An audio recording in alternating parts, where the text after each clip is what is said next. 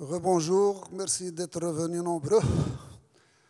On va entamer la séance, la dernière séance de cet après-midi. C'est un duo sur des cas cliniques intéressant le nodule thyroïdien, duo animé par Dr Shibat Abdeltaif et Siatman Tezi. Messieurs, à vous la parole. Là, c'est une arène. Eh bien, mes chers amis, bonsoir. C'est toujours un réel plaisir d'être parmi vous et un honneur d'être, bien sûr, avec le président Sir Shibat, mon ami. Alors, aujourd'hui, on va traiter un petit peu le nodule thyroïdien. On ne peut pas tout faire, c'est impossible, mais on va voir l'essentiel concernant la prise en charge d'un nodule thyroïdien selon les dernières recommandations françaises de 2022. Alors, s'il vous plaît, il y aura un certain moment, c'est un quiz, donc c'est questions-réponses. À un certain moment, il faut scanner un code QR, c'est celui-là. Il faut le scanner, rentrer bien sûr le code pour participer à cette séance interactive.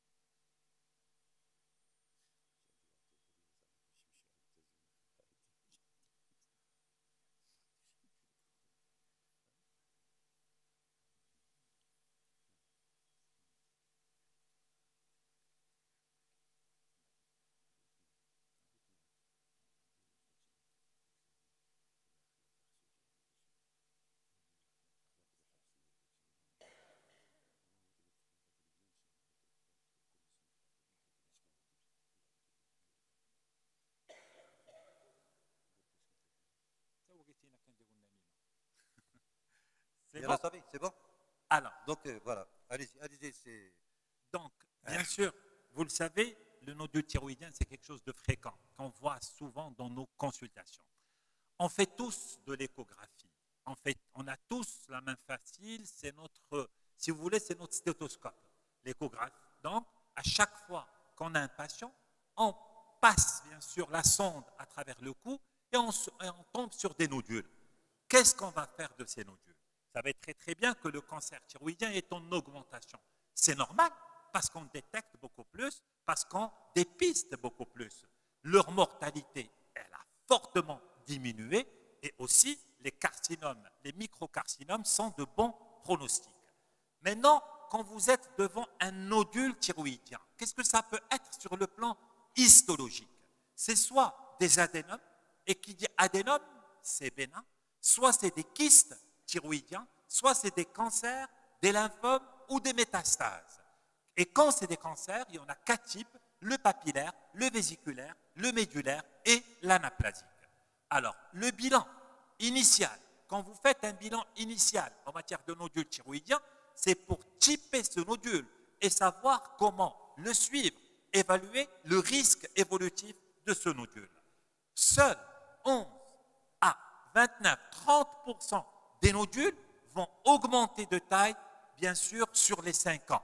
Et regardez, j'ai dit sur les 5 ans. Ça veut dire que cette année-là, 5 ans, elle est importante, retenez-la, on va en discuter tout à l'heure. Donc, 11 à 29-30% des nodules vont augmenter de taille sur les 5 ans.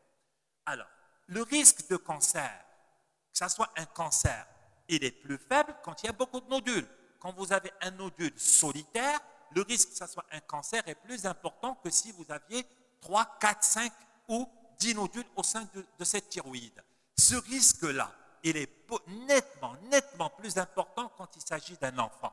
Le risque est de 5% quand il s'agit d'un adulte, mais si c'est un enfant, ce risque-là est de 20%.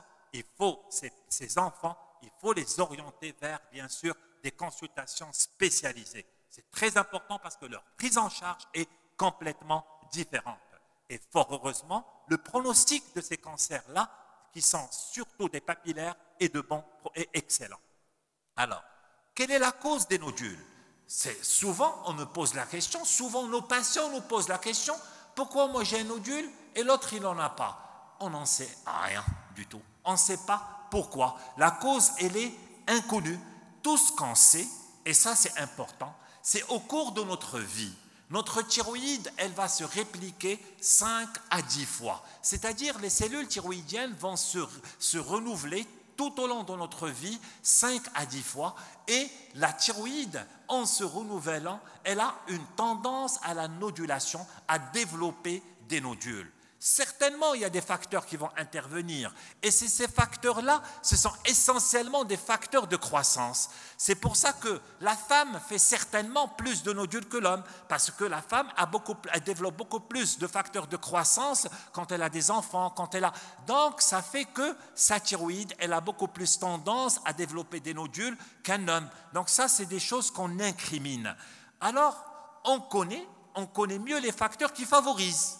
On ne sait pas pourquoi, mais on sait qu'il y a une prédisposition familiale. On n'a pas déterminé de gène. On ne peut pas dire ça c'est un gène qui va dire cette personne va avoir un nodule et une autre non. Mais on sait qu'il y a une prédisposition familiale sans déterminer de gène spécifique pouvant coder pour entraîner, développer un nodule thyroïdien.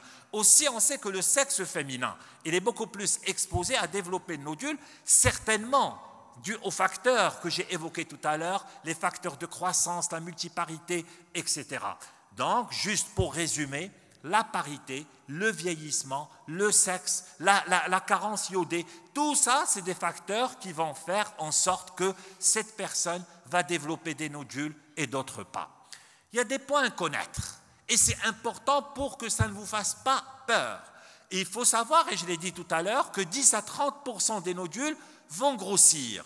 Sachez aussi que 15 à 25% des nodules vont diminuer de taille spontanément. Ils vont diminuer de taille tout au long, bien sûr, de la surveillance et de la vie de votre patient. Un nodule thyroïdien qui augmente de taille, qui garde la même taille ou qu'il diminue de taille ne change en rien sa nature histologique. Ça, c'est très important. C'est pour ça qu'aujourd'hui, les traitements freinateurs n'ont plus aucune place. Donner un traitement par le lévothyrox pour, soi-disant, freiner un nodule, ça, on ne le fait plus. Avant, il y a des années, il y a plus de 20 ans, on freinait les nodules thyroïdiens avec un minimum de 75 microgrammes par jour de lévothyrox pendant une année. C'est tout. Ce n'est pas pendant toute la vie. Pour, soi-disant, qu'un nodule diminue de taille. Mais aujourd'hui, on a compris avec le développement de l'échographie, avec le développement de la cytoponction, avec le développement de la microbiopsie et, bien sûr, au-delà, qu'un nodule thyroïdien ne change pas de nature histologique. Et des nouveaux nodules, 10% des patients, au cours de leur suivi, vont avoir des nodules qui vont apparaître. Ce n'est pas parce qu'il y a 1, 2 ou 3 autres nodules qui vont apparaître que forcément c'est un cancer. Je l'ai dit tout à l'heure, plus il y a un nodule, moins il y a de risques que ça soit bien sûr un cancer. Maintenant, il y a des variations constantes, lentes. Un nodule augmente de taille d'une façon naturelle de 1 mm pratiquement par an. Il y a des augmentations qui doivent vous alarmer. C'est un nodule qui augmente de taille de plus de 6 mm en une année. Attention, celui-là, il est dangereux. Sinon, les échographistes, et on a un radiologue ici avec nous, et on a un échographiste avec nous, un nodule thyroïdien va devenir suspect s'il augmente de taille de plus de 2 mm sur 2 axes en moins d'une année. Et les dernières recommandations françaises, pas que de la Société française d'endocrinologie, de la Société française bien sûr de médecine nucléaire et de la Société française de chirurgie endocrinienne, disent qu'il faut cette augmentation 2 fois de suite. Donc pour dire que ce nodule, il est suspect. J'aimerais ajouter une chose. Un nodule, il faut savoir le mesurer. Pour juger sa croissance. La croissance est estimée à 1 mm par an lorsqu'il y a... Parce que pas tous les nodules corrosifs, c'est jusqu'à 30%. Mais lorsqu'il consiste à une vitesse d'1 millimètre dans l'année sur 2 axes, c'est pratiquement normal. Si on constate, comme il a dit, 2 plus de 2 mètres, c'est 3 mètres, alors là, on doit tiquer. S'il y a 6, encore c'est très suspect. Mais ce qui est important, c'est comment mesurer un nodule. C'est très important. Il faut standardiser la technique parce qu'il y a des variations d'un opérateur à un autre. Donc, un nodule, c'est 3 mesures. C'est 3 mesures, c'est pas 2. 3 mesures. Il faut bien régler la machine.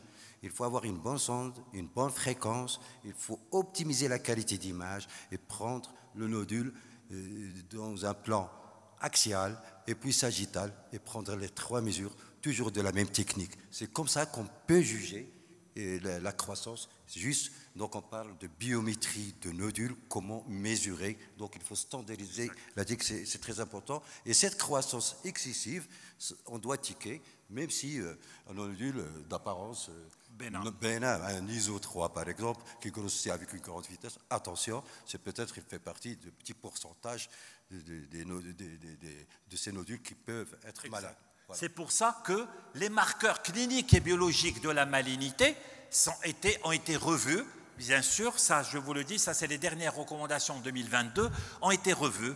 Un risque élevé, c'est quand vous avez un nodule solide, récent, il n'y avait rien, et en une année, vous avez un nodule qui apparaît. C'est pas possible. Donc, c'est qu'il y a quelque chose qui se développe rapidement. Ou bien, une croissance rapide, c'est ce qu'on vient de voir à l'instant. Un nodule dur, irrégulier, adhérent, etc. Donc, tout, c'est un nodule qui donne une symptomatologie, un nodule qui fixe. Au PET scan, vous faites un PET scan pour évaluer un cancer du sein ou quoi que ce soit, et vous tombez sur un hypermétabolisme au niveau thyroïdien. Vous dites, attention, ça c'est un nodule hyperfonctionnel, donc attention, il est suspect. Donc ça, c'est les marqueurs cliniques et biologiques de la malignité d'un nodule. Eh bien, on dit que le risque, il est intermédiaire. Tout à l'heure, j'ai donné le risque élevé. Le risque, il est intermédiaire quand vous avez des antécédents d'irradiation cervicale. Un homme, il est à risque. Le fait qu'il ait un nodule, c'est un risque intermédiaire. Ou bien si vous avez l'âge moins de 18 ans ou l'âge qui dépasse 65 ans, là, c'est un risque intermédiaire.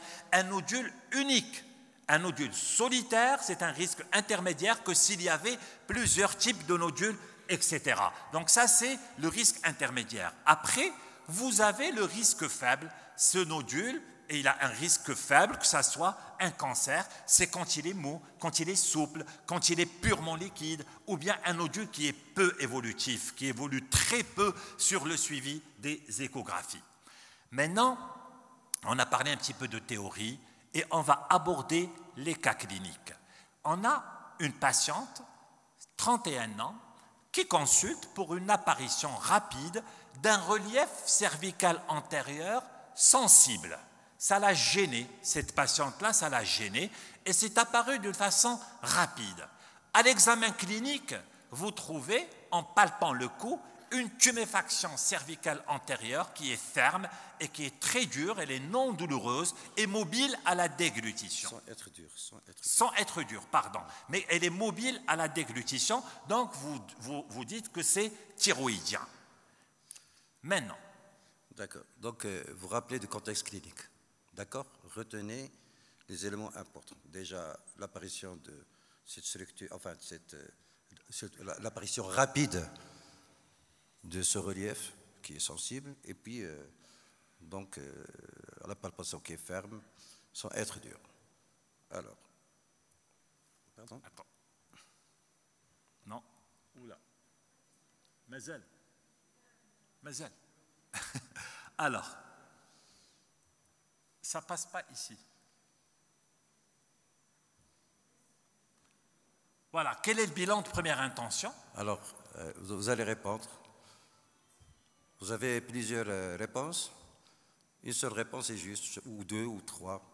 Faites quelles sont vos réponses. Et après, vous validez que c'est ça. Oui, vous avez le téléphone. Vous allez demander TSH seul, TSH plus T4 libre, etc. Écho, anticorps, scanner, permet de dire les réponses. Ouais.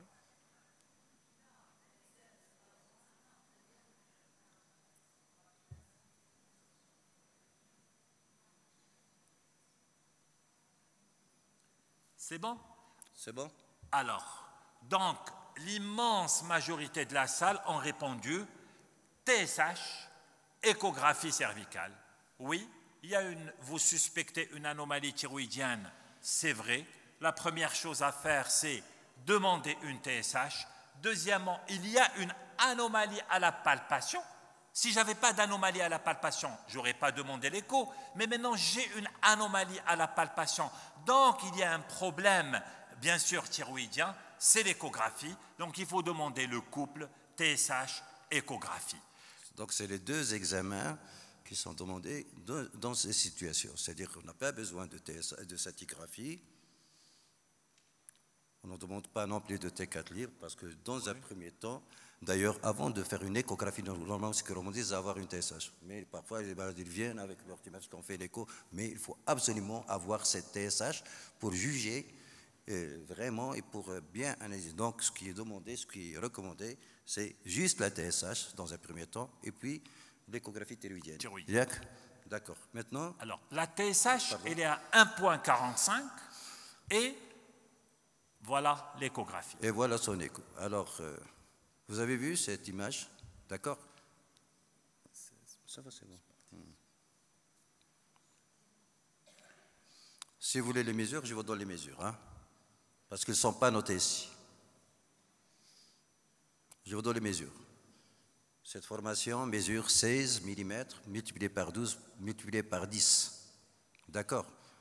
12 l'autre. Alors, on va passer, bon. Voilà, les questions. Alors, est-ce que ce nodule, bon, c'est un nodule, bien sûr, bon, est-ce qu'il est hyper-échogène? Est-ce qu'il est hypoéchogène?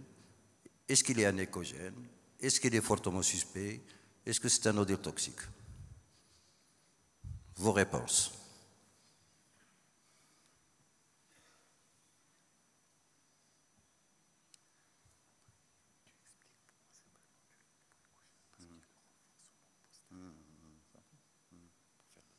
D'accord. Oui. Entre liquide et ça. D'accord.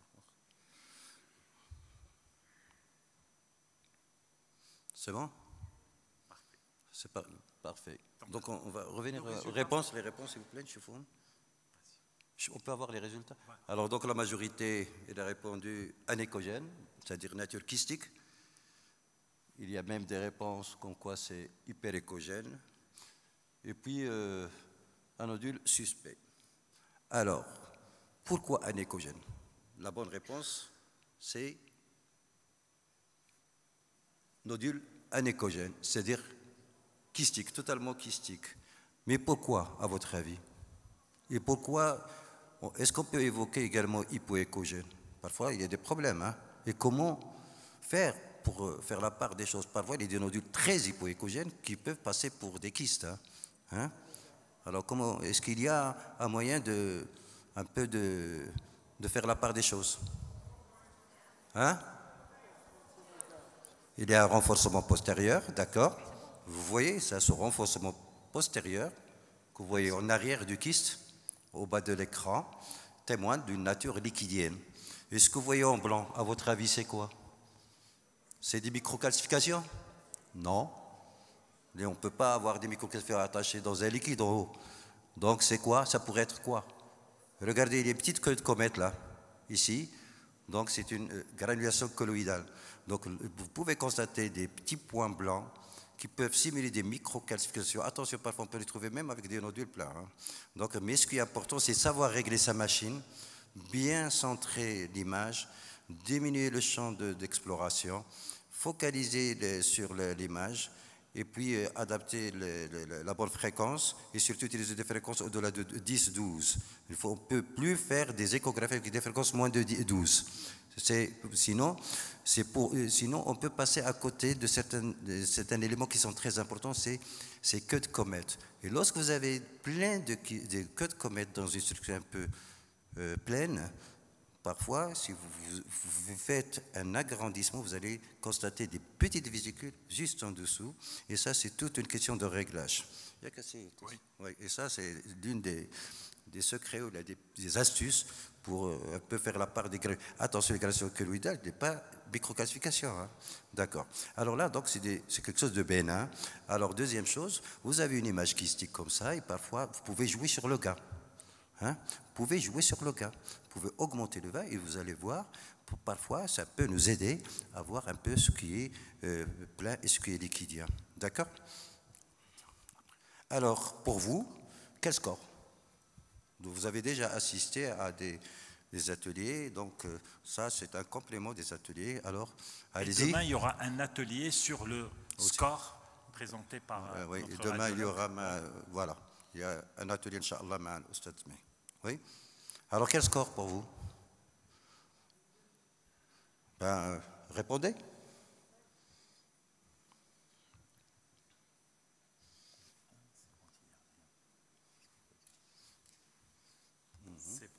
C'est bon. Donc la majorité, elle a répondu 2. C'est excellent. D'accord? Et le score 1, E-1, correspond à quoi, à votre avis? Voilà, l'échographie normale. 2, lorsqu'on a affaire à une formation kystique ou bien spongiforme aussi. Hein? D'accord? Donc c'est deux aspects. On donne le score 2, c'est presque bon, le niveau 2. C'est presque, bon, c'est de 100% bénin, presque entre guillemets, hein, oui. Presque à 100%, le score 2. D'accord, voilà donc les. Je laisse. Oui. Oui, bien sûr. Aji معنا. Aji معنا.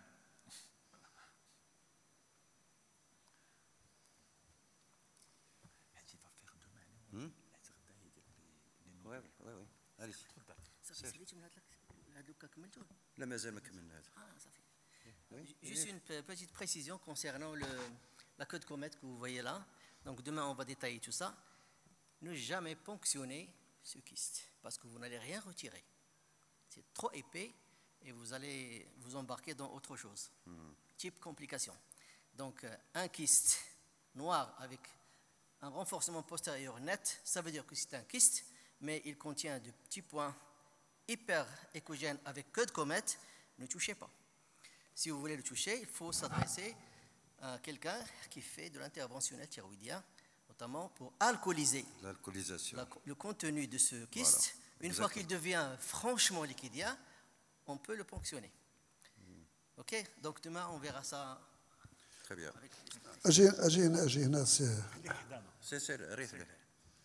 Alors, donc, ça, le score, vous allez le voir demain en détail. Juste, il a été repris, comme j'ai dit, par les recommandations, bien sûr, que ce soit de la Société française d'endocrinologie, de la Société européenne de chirurgie endocrinienne et de la Société française de médecine nucléaire. Maintenant, ce nodule, et je vais répondre à ce qu'a demandé notre ami, est-ce qu'il faut le ponctionner? Alors répondez. Mais voilà. Mais c'est pas grave. Mais c'est bon. Allez-y, répondez s'il vous plaît. Est-ce que vous allez le ponctionner? Est-ce qu'il y a des cas où on peut ponctionner? Oui. Ici, on doit ponctionner, comme il a dit Oustad Smihi. Il faut le mettre entre mains expertes et alcooliser. L'alcoolisation, je ne sais pas si ça existe au Maroc, mais je pense qu'il y a des médecins qui le font. Je connais des amis à Meknes qui font l'alcoolisation déjà. Donc, voilà. Mais rien que ponctionner, on peut avoir des surprises. On peut avoir, donc, la ponction, et d'autant plus que vous allez voir après. Donc, j'aimerais bien que vous répondiez d'abord et après, on discute. Oui. Donc, vous êtes tous d'accord?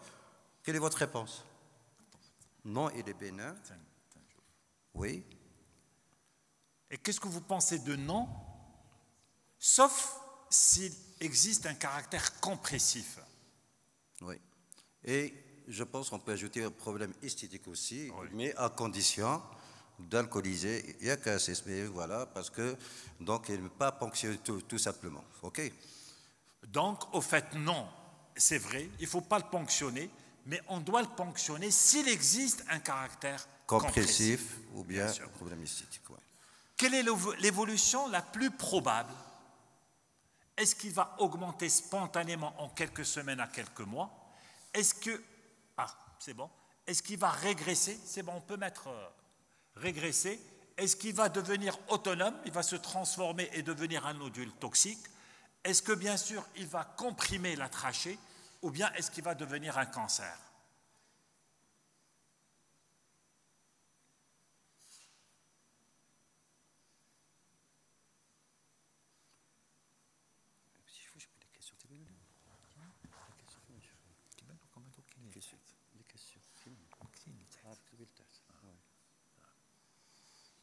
Bien. C'est bon. Donc, effectivement, il l'a dit tout à l'heure, c'est quelque chose qu'on ne doit pas toucher. Ouais. C'est quelque chose qui va régresser spontanément toute seule au bout de quelques semaines à quelques mois. Mais parfois, ça peut demander pas mal de mois. L'essentiel, souvent, lorsqu'on on suit, on surveille ces nodules kystiques, ils vont disparaître. Mais attention, parfois ils disparaissent, ils vont laisser un aspect qui peut être trompeur et qui peut simuler un aspect d'un tirade 5, n'est-ce pas? Oui. Hein? Donc attention, parfois on peut être amené, si vous avez l'habitude de suivre des nodules kystiques, après carrément disparition, à la place, on peut voir un aspect pseudo-tumoral très suspect. D'accord? Je ne me rappelle pas de l'appellation, je ne sais pas si cette appellation, il y a un nom pour ce genre de nodule que j'ai déjà vu. Et moi, j'ai suivi pas mal de nodules kystiques et souvent, on est confronté à cette évolution. Mais dans tous les cas, ça reste. Donc, il ne faut pas toucher, tout simplement. Oui. Oui. Comment vérifier tout cela? Est-ce qu'on va faire une échographie à 1 mois? Est-ce qu'on va faire une scintigraphie à 1 mois? Une échographie à 6 à 12 mois, etc.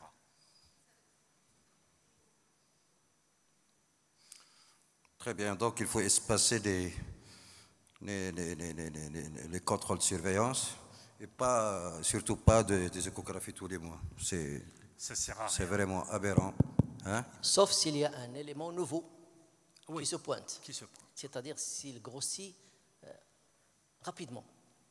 Il devient compressif, là il faut faire Ah oui, quelque chose. bien sûr. Mais sinon, la surveillance, elle doit être espacée. D'accord, excellent. Bien sûr. C'est bon. C'est bon? Parfait. Maintenant, on va passer au deuxième cas. Nous avons 3 cas cliniques. Hein. On va vous libérer. Deux. On va vous libérer. Hein. Là, c'est Samira, 42 ans, consulte pour... Bon, il a constaté la découverte récente d'un relief cervical faisant suspecter un nodule thyroïdien. D'accord. Alors, l'examen de première intention. Hein? On a déjà vu ça? Vous êtes d'accord? Je passe rien. Allez, répondez. Cette fois, c'est cool chez 100%. Oui. Ben, très bien. Donc voilà, excellent. Oh, voilà. هذا ما فهمتش انا هذوك الجوج هذوك يمكن بحال دخلوا يمكن ياك très bien. OK. Voilà. C'est bon. C'est bon. Mais شنو فين c'est bon. Donc c'est bon. Donc on passe à la diapo qui suit. ياك Ah, vas-y. Alors, la TSH 2.2 donc normal 12 l'écho. et l'écho voilà. L'image. Hein? Alors, qu'est-ce que vous constatez? 12. Est-ce que vous pouvez dire? Voilà. Allez. Vos réponses, s'il vous plaît. Est-ce que c'est un nodule hyperéchogène, hypoéchogène, anéchogène, isoéchogène, zone hypo, zone isoéchogène?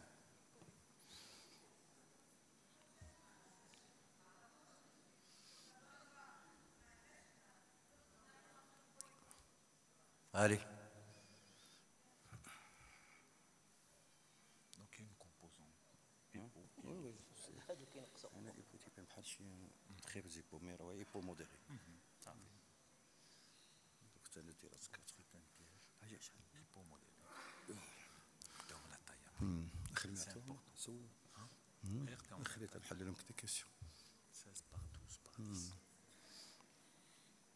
C'est bon?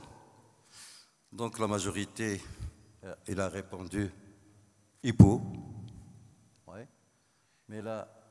Et deuxième, c'est iso-hypo. Hypo. Mais je pense aussi, il faut, lorsqu'on dit hypo, est-ce que hypo modéré ou bien hypo marqué? C'est très important. Et hypo modéré, c'est lorsqu'on se compare au parenchyme, c'est moins écogène que le parenchyme thyroïdien.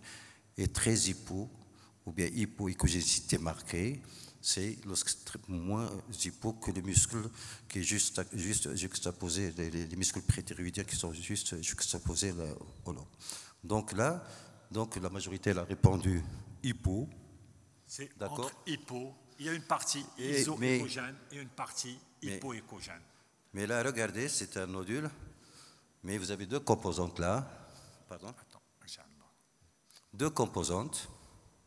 Une composante hypo, pardon, il est là, hypomodéré, et vous avez une composante qui est similaire au parenchyme, donc iso. Et là, c'est... Bon, il y a un petit réglage, peut-être qu'il fonce un petit peu. Bravo. Il y a un fonction bien un peu plus clair que ça. Donc, il n'y a pas une... D'accord? Ça paraît un peu plus hypo, on dirait que hypo, mais... Donc, c'est hypomodéré. Et si c'est hypomodéré, donc c'est la composante hypo qui est péjorative et qui donne le score. Ce n'est pas la composante iso. Hein, c'est-à-dire la composante, c'est hypomodéré, donc c'est un eutyrate. Pardon, je ne vais pas poser la question, je ne vais pas répondre. Ici, nous avons deux composantes. Il y a une question importante aussi. J'aimerais bien que vous... Bon, quel score? Alors juste pour vous dire, il fait 16 mm sur 10 mm sur 12 mm. Ça, c'est sa taille. Ça, c'est important. 16 Pourquoi c'est par important? 10 par 12. Pourquoi c'est important? Après, on va vous poser la question. Mais d'abord, on donne le score. Le score? Quel est votre score?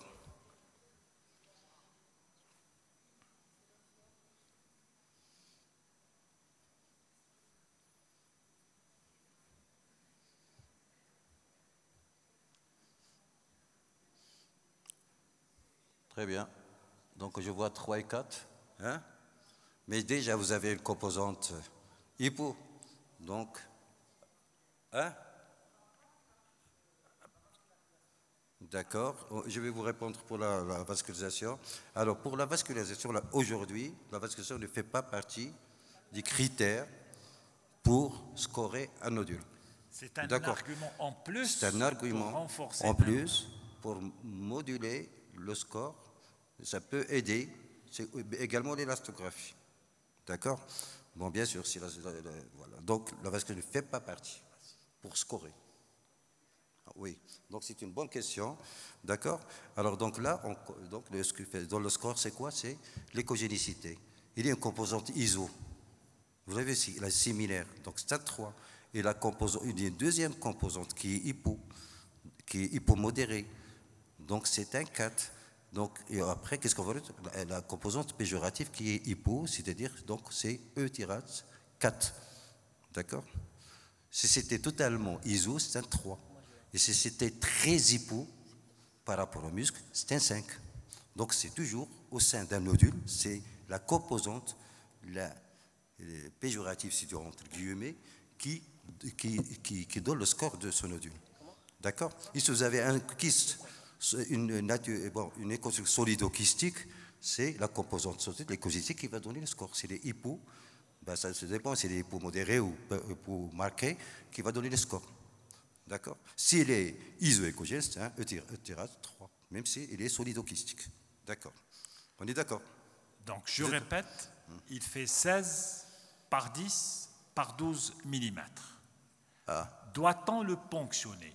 Est-ce qu'on doit ponctionner ce nodule? Non, il est bénin. Et les eutyrate 4?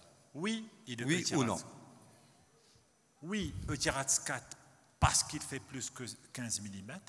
Non, sauf s'il existe un caractère compressif. Oui, c'est un nodule de plus de 15 mm. Une seule réponse est juste.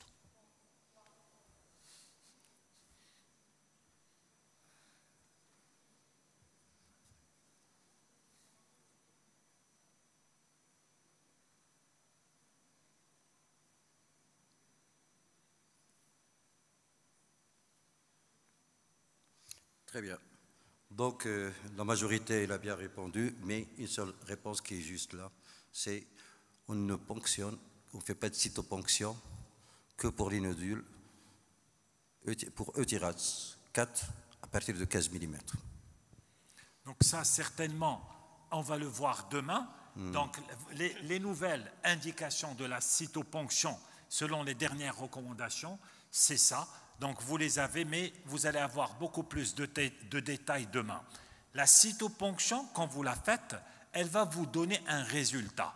Ce résultat, c'est un examen de cytologie. C'est un résultat qui va classer ce nodule en fonction d'une classification. Juste, excuse-moi de t'interrompre, juste pour, parce que demain, vous allez voir le nodule très bien et je vous invite à assister à cet atelier. Certainement. Hein? Elle est dans le programme demain. À 15h. À 15h. 15h. Non. Ah, vous allez trouver sur le programme. Alors, Euthyrax 4, il faut faire une bonne mesure, comme que je disais tout à l'heure. 3 mesures. Il faut bien prendre le grand axe. Il faut tourner autour de nodules pour avoir le grand axe. Donc, il faut être systématique et faire une bonne biométrie. Si les Euthyrax 4, les recommandations disent cytoponction à partir de 15 mm.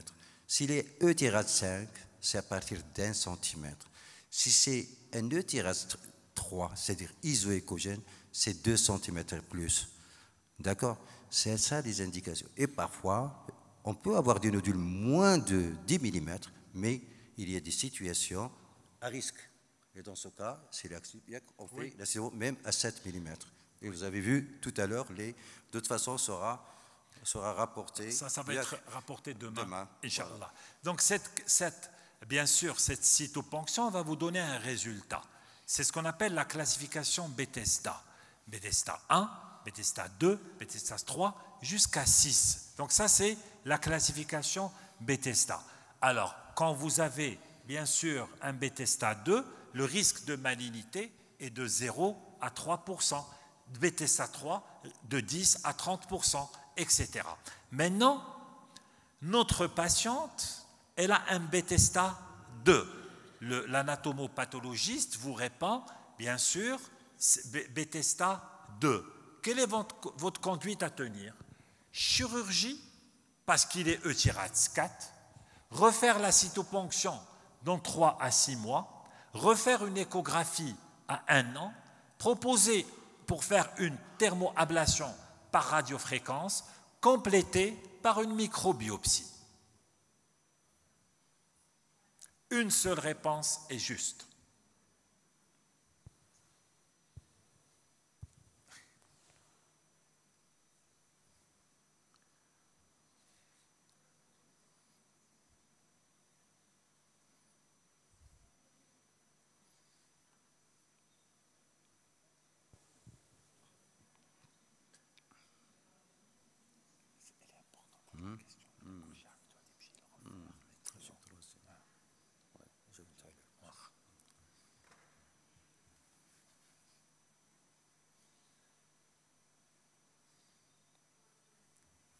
C'est bon?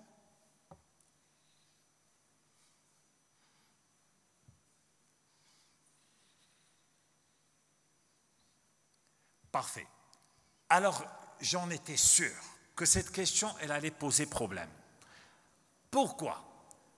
Parce que des fois, les chiffres font peur aux cliniciens, font peur aux patients. Alors, le mot Euthyrax 4, le mot vous dit, attention, c'est peut-être un cancer, mais vous avez fait une cytoponction, vous avez suivi des recommandations. Les recommandations vous disent, Euthyrax 4, faites une cytoponction. La cytoponction, elle vous répond, c'est bénin. Alors pourquoi vous allez la refaire? Si moi je vais refaire cytoponction, juste parce qu'il est Euthyrax 4, je n'ai qu'à l'enlever et je me débarrasse de toutes les recommandations du monde entier. Non, les recommandations nous disent, il est Bethesda 2. Maintenant, oubliez la classification Euthyrax. Vous êtes dans la cytologie. La cytologie, elle vous a dit, il est bénin. Donc, s'il est bénin, les recommandations vous disent il faut refaire une échographie à 1 an. Ça ne sert à rien de la refaire à 3 mois. Ça ne sert à rien de multiplier les échos. Et voilà les dernières recommandations 2022. Qu'est-ce qu'elles vous disent? Quand vous avez à la cytoponction, bien sûr, et ou à l'échographie, un Bethesda 2 à la cytoponction, qu'il soit Euthyrax 2, Euthyrax 3 ou Euthyrax 4, la surveillance, c'est refaire une échographie 1 à 2 ans, puis 2 à 4 ans plus tard, puis toutes les 4 à 5 ans. Donc ça, c'est les dernières recommandations. Si vous ne les suivez pas, ça ne sert à rien de multiplier, bien sûr, de faire tout cela. Je n'ai qu'à l'enlever dès le départ. Bien sûr, un Bethesda 3, quand vous avez un Bethesda 3 à 2 reprises, ou bien vous avez un Bethesda 4, à ce moment, bien sûr, à ce moment-là, vous allez vous poser la question, soit vous allez partir vers la chirurgie, soit vous allez dire non, je vais quand même continuer à le surveiller. Parce que même si jamais c'est un cancer, vous passez à côté d'un cancer, son évolution elle est tellement lente qu'il n'y a jamais de retard à poser le diagnostic d'un cancer thyroïdien. Et des fois, quand vous avez des nodules thyroïdiens Bethesda 2, et qui sont restés stables, après toutes ces années de suivi, les recommandations vous disent, vous pouvez arrêter la surveillance de ces nodules, ça y est, ils n'ont pas évolué pendant des années, ils sont non évolutifs, laissez le patient tranquille. Je vous donne juste une seule statistique. 100% des femmes à 80 ans, elles ont des nodules thyroïdiens. 60% des femmes à 50 ans ont des nodules thyroïdiens. 70% des femmes à 60 ans ont des nodules thyroïdiens. Est-ce qu'à 50 ans, 60% des femmes, on va leur enlever toute leur thyroïde? Non. Est-ce qu'à 80 ans, parce que 100% des femmes, c'est comme 100% des hommes à 80 ans ont un micro-cancer de la prostate. C'est vrai ou pas? C'est la même chose. Donc, ce n'est pas pour autant qu'on va enlever toutes ces thyroïdes. Non, il y a un rythme de suivi qu'il faut suivre.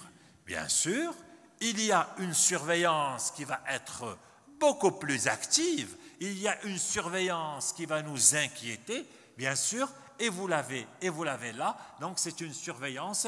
Si vous optez, dites « Ah non, non, non, moi je ne veux pas opérer, je ne vais pas aller directement vers le traitement radical. » C'est quand vous avez un carcinome Euthyrax 5, mais infracentimétrique. Ou bien vous avez un Bethesda 3 et un Bethesda, de Bethesda 3 à Bethesda 5, c'est-à-dire on n'est pas encore au 6. Au 6, c'est carcinome. C'est à 100% carcinome. Là, il faut faire des échographies beaucoup plus rapprochées, à 6 mois, à 12 mois, puis une fois par an pendant 4 ans. Donc ça, c'est, je vous le redis, c'est les dernières recommandations de 2022. La chirurgie, si elle est souhaitée, ou s'il y a une croissance du nodule à 2 reprises, c'est ce que j'ai dit tout à l'heure, consécutives, à ce moment-là, il faut proposer la chirurgie. La prise en charge chirurgicale. Vous allez opérer quel nodule? Vous allez opérer le Bethesda 6. Vous allez opérer le nodule suspect, le Bethesda 3, à 2 reprises. Vous avez fait une cytoponction. L'anatomopathologiste vous répond, il est de signification indéterminée. On ne sait pas. Il est à cheval entre bénin et suspect. Donc là, c'est un Bethesda 3 à 2 reprises. Si vous faites et vous le retrouvez à 2 fois, il faut l'opérer, bien sûr. Et ça, c'est les nodules suspects. Les nodules avec compression, les kystes, c'est ce qu'il a dit tout à l'heure, mais vraiment qui sont très, très volumineux et vous n'avez pas quelqu'un pour vous faire cette fameuse alcoolisation. Attention, attention quand vous videz un kyste.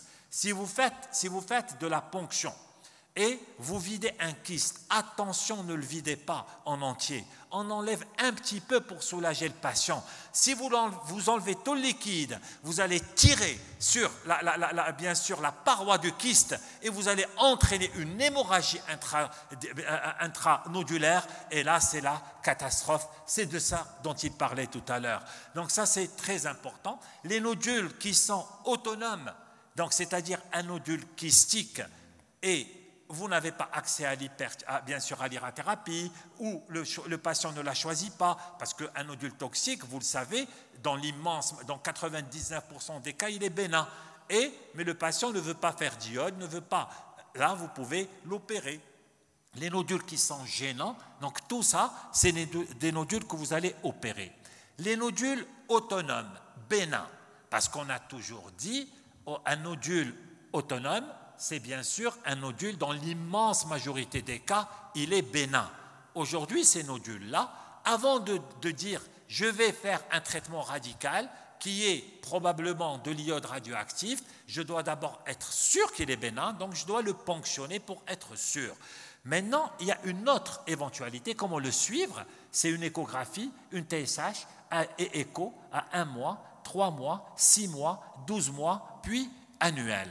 Donc, bien sûr, la chirurgie, si la chirurgie elle est préférée, quand vous avez un nodule qui est compressif, quand vous avez à l'échographie un nodule qui est suspect, bien sûr, donc ça, c'est des points qui sont très importants. Aujourd'hui, il y a la thermoablation par radiofréquence, c'est une excellente alternative pour ces nodules toxiques, bien sûr, une fois qu'ils sont refroidis. On ne touche jamais un nodule chaud. Un nodule chaud, il faut d'abord le refroidir et après faire les explorations que vous voulez. Donc, la thermoablation peut être, bien sûr, une excellente alternative.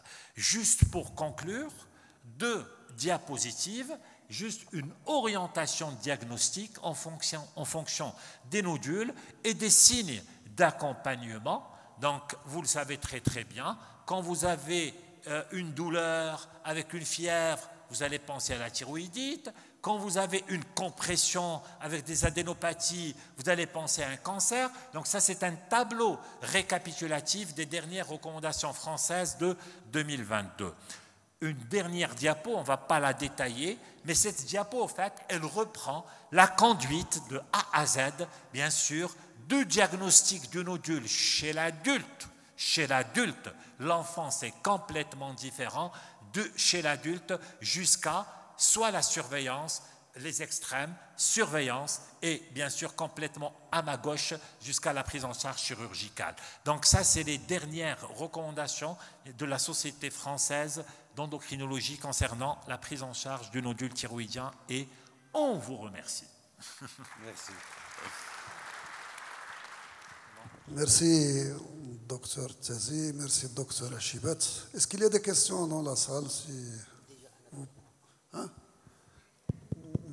Alors, pour les confrères qui vont assister demain à l'atelier TIRADS, je vous suggère de vous connecter sur Internet et aller visiter le topo du docteur russe sur la TIRADS, sur la E-TIRADS, parce que demain, vous aurez quelques surprises.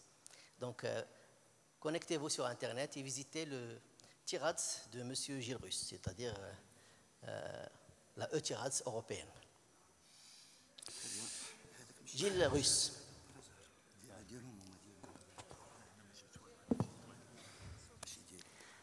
Bonjour.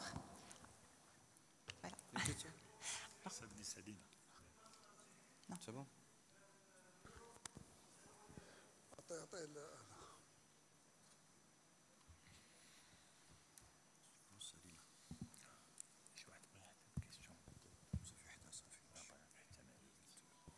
S'il vous plaît, quel est le potentiel métastasique d'un iode thyroïdien? Merci. Alors, ça dépend, premièrement, ça dépend de la nature du nodule.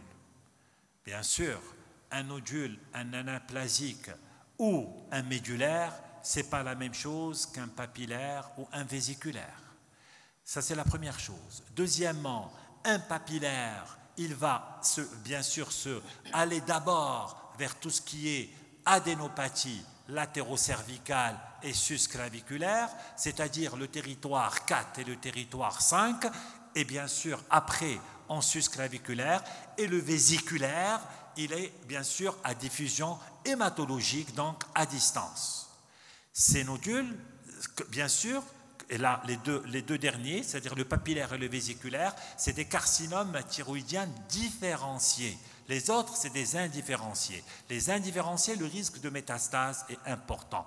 Dans les différenciés, le risque de métastase, c'est vraiment très très peu. C'est vrai qu'il y a des écrits qui disent le risque est de 25%, mais sur des années. Et ce n'est pas sur une courte période. Et à propos de sclérose du fût, Hein? il y a l'anaplasique. Ah, il y a aussi un aspect médulaire. presque pathognomonique, c'est le sclérose du fût qu'on voit exceptionnellement. Est-ce que sur le pronostic de métastase? Alors, ça dépend. Vous savez, on peut avoir un carcinome papillaire. Le carcinome papillaire, il va métastaser très peu. C'est rare qu'on trouve carrément des métastases dans le carcinome papillaire. Il va métastaser si, bien sûr, il est agressif, si la capsule elle est dépassée, si, bien sûr, il y a des emboles vasculaires, si, bien sûr, la capsule thyroïdienne elle est franchie. Là, le risque de métastase est important, mais les métastases sont peu fréquentes dans les cancers thyroïdiens différenciés, c'est-à-dire le papillaire et le vésiculaire. Très bien. Merci, Cétasie. Alors, une question, s'il vous plaît. Concernant on a vu qu'il y a beaucoup de nodules hétérogènes. Est-ce que la cytoponction garde toujours sa place vu qu'il y a le risque de toucher ou de ponctionner la composante qui n'est pas maligne?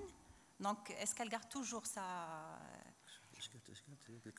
Alors, oui, elle dit, c'est-à-dire vous dites quand vous avez un nodule à double composante, une composante comme la patiente de tout à l'heure, écogène, bien sûr iso-écogène, et une composante hypoécogène. Hyper, j'ai entendu, non? Hyper et hypo. Oui. Alors, elle dit, oui. Est-ce qu'on risque pas de passer à côté de la zone hypoécogène? L'intérêt de faire une cytoponction éco-guidée, c'est ça. C'est avec la cytoponction éco-guidée, on va pouvoir bien sûr incliner l'aiguille pour aller vers la partie hypoécogène et là faire les mouvements de va-et-vient pour retirer les cellules thyroïdiennes. Très bien. Merci, je crois qu'on a terminé. Il n'y a pas de 100% en médecine. C'est bon? Merci.